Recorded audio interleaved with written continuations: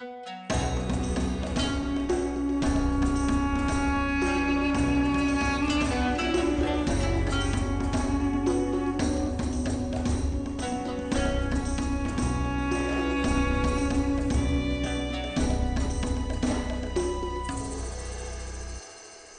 gamers, this is Liz Davidson from Beyond Solitaire, and I'm here today with a preview of Wroth.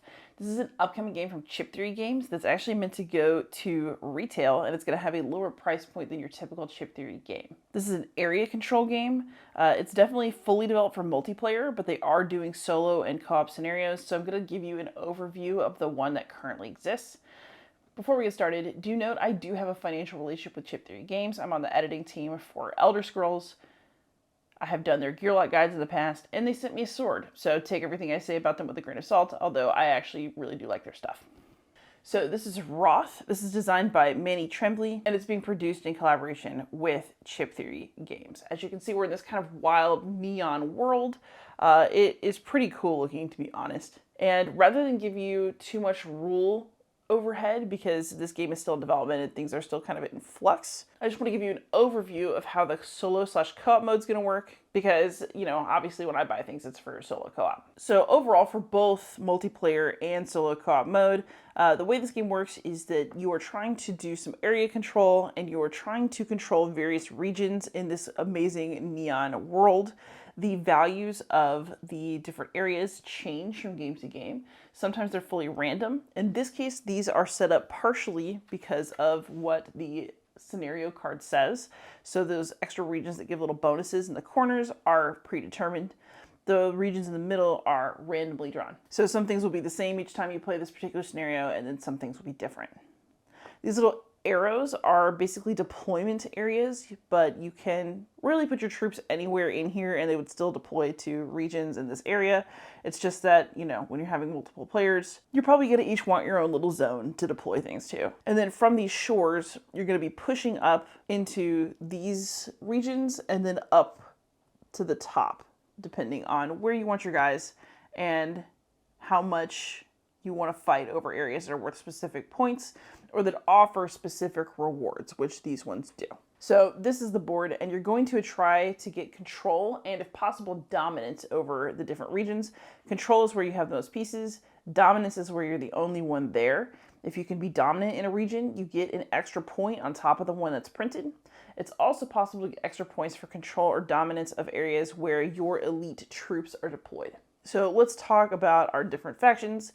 These are just the ones that I set up today, but there are multiple factions and they really are different. You're getting a lot of asymmetry with these and they are pretty neat. So the ones we have out today are the Coda, the Alden, who are going to be our AI today, and the Paladin, P-A-L-D-E-Y-N. I just can't help but thinking about paladins at Starbucks for this, especially with like Lion, Rider as their elite troops. But they're very powerful, so we're gonna go with the Starbucks mom energy. So each of these factions is a little bit different. There are things that they're going to do that are the same. They're all going to kind of attack other regions in basically the same way. They're going to be able to deploy according to roughly the same patterns, because those things are determined by these action dice, where everybody's going to do basically the same stuff. However, there's also some differentiation between these factions that makes them special.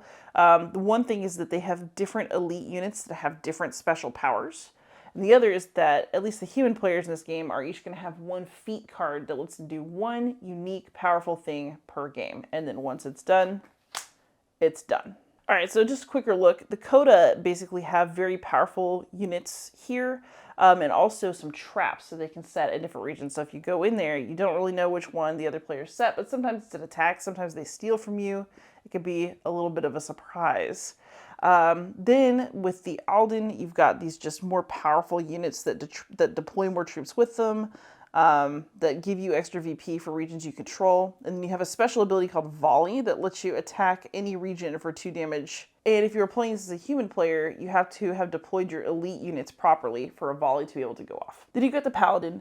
Their Lions heal HP at the start of a round and are just really tough. You've also got the Riders, who can move a little bit extra far. They can go 2 regions instead of 1, which is cool.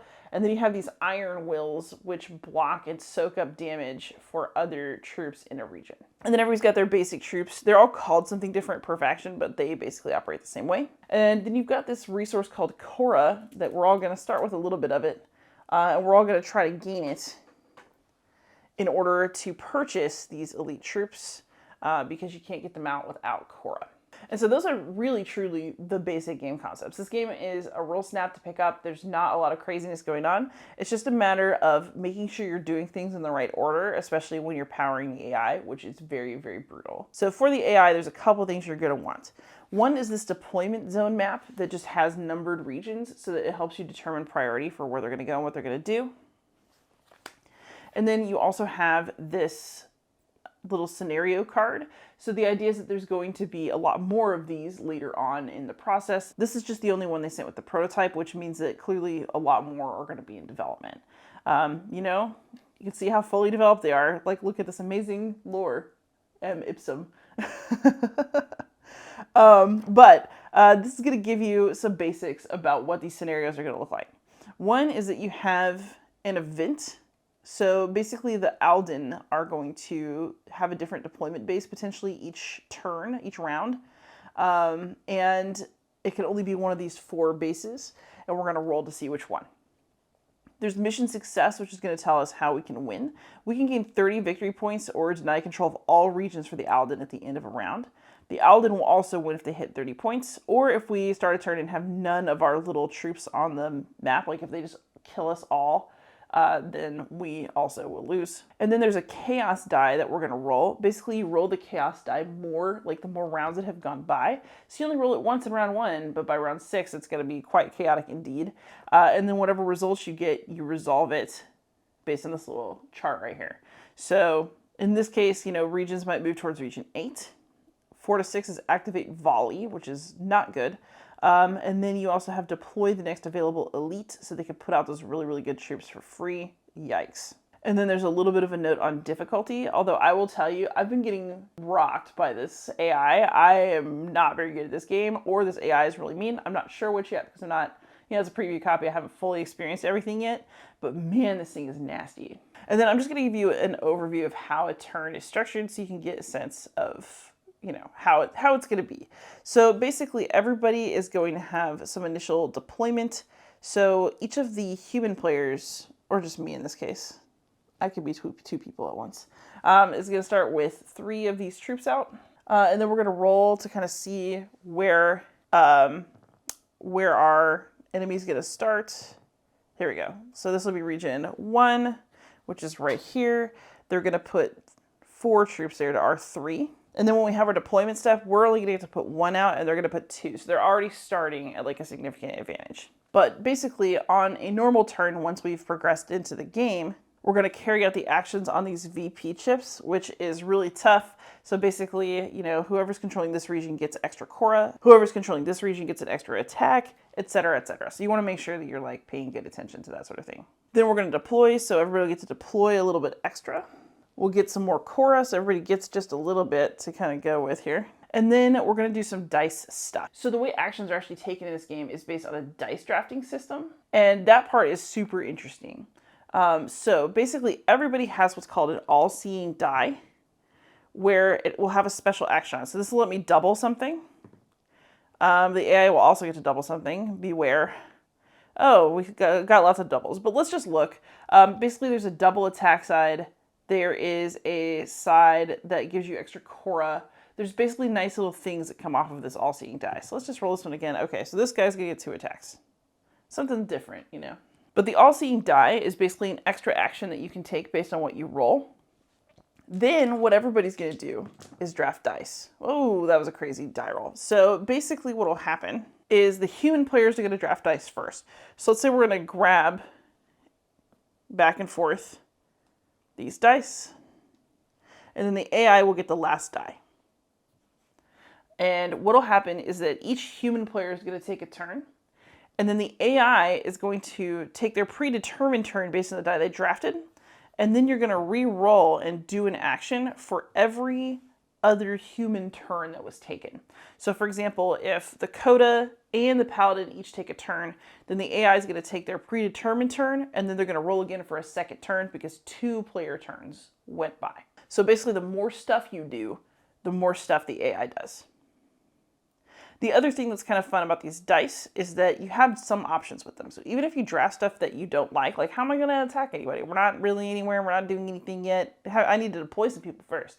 You can either choose to play each die for its one action, or you can do something like spend both of them to take one of these actions here. But let's say that I wanted to deploy. If I spend both of these to take a deployment action, the next player can't take that just yet. Basically, you can't spam the same action over and over again. The next person to do a wild is going to have to do something different based on what's up there. So basically, you as a human player are going to play completely normally, and then the AI is going to use the dice it's given and that it rolls to take some kind of super powered actions. As you can see, the AI has more troops than either of you individually does.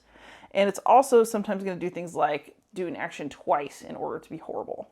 So on the current player aid, you've got, the all-seeing die for the player, the action dice for the player, and then of course you've got AI stuff. So it'll talk to you about the chaos die. But additionally, you're going to see these AI actions, and they are different from the player actions. So, for example, when you get to spend Cora, you get 1 Cora. But the AI will get 2, and spend it if possible. So basically, AI is going to put out elite units faster than you. If you attack any region for 1 damage, the AI can attack any region for 1 damage and repeat this effect. So it's going to get to do it twice.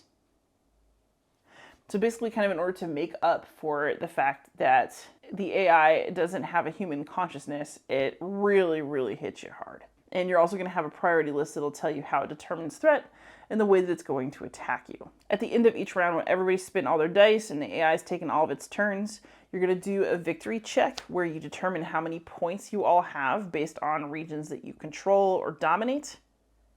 And you're going to just tally it over here. And that's really, truly the basics of how Wroth works. It is very simple.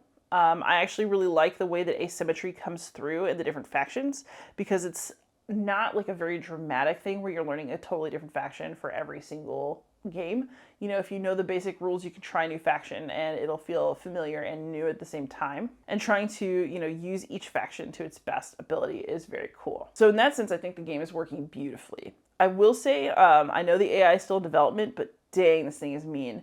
I'm really not sure how to handle it, and so I'm not long-term worried about it. Chip Theory has a tendency to go to crowdfunding while aspects of the game are still in development, and then they do a fantastic job taking things to the end. I personally have a lot of faith in their process because I'm part of one of their processes right now. It's been a real joy to work on Elder Scrolls stuff with them. So in that sense, I do have faith that the project is going to turn out well and that the AI is going to turn out great. But right now, we only have one scenario, and it is a beast.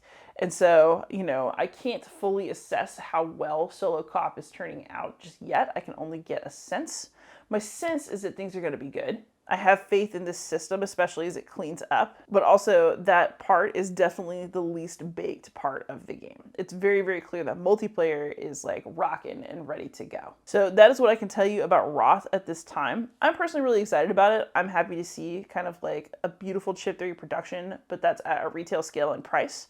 And also to see a game coming from Chip Theory that is very easy to pick up and that is going to be very, very simple to play, to teach others to play, while also being pretty darn mean. So I have a lot of faith in the process. I think the game as it is already really good.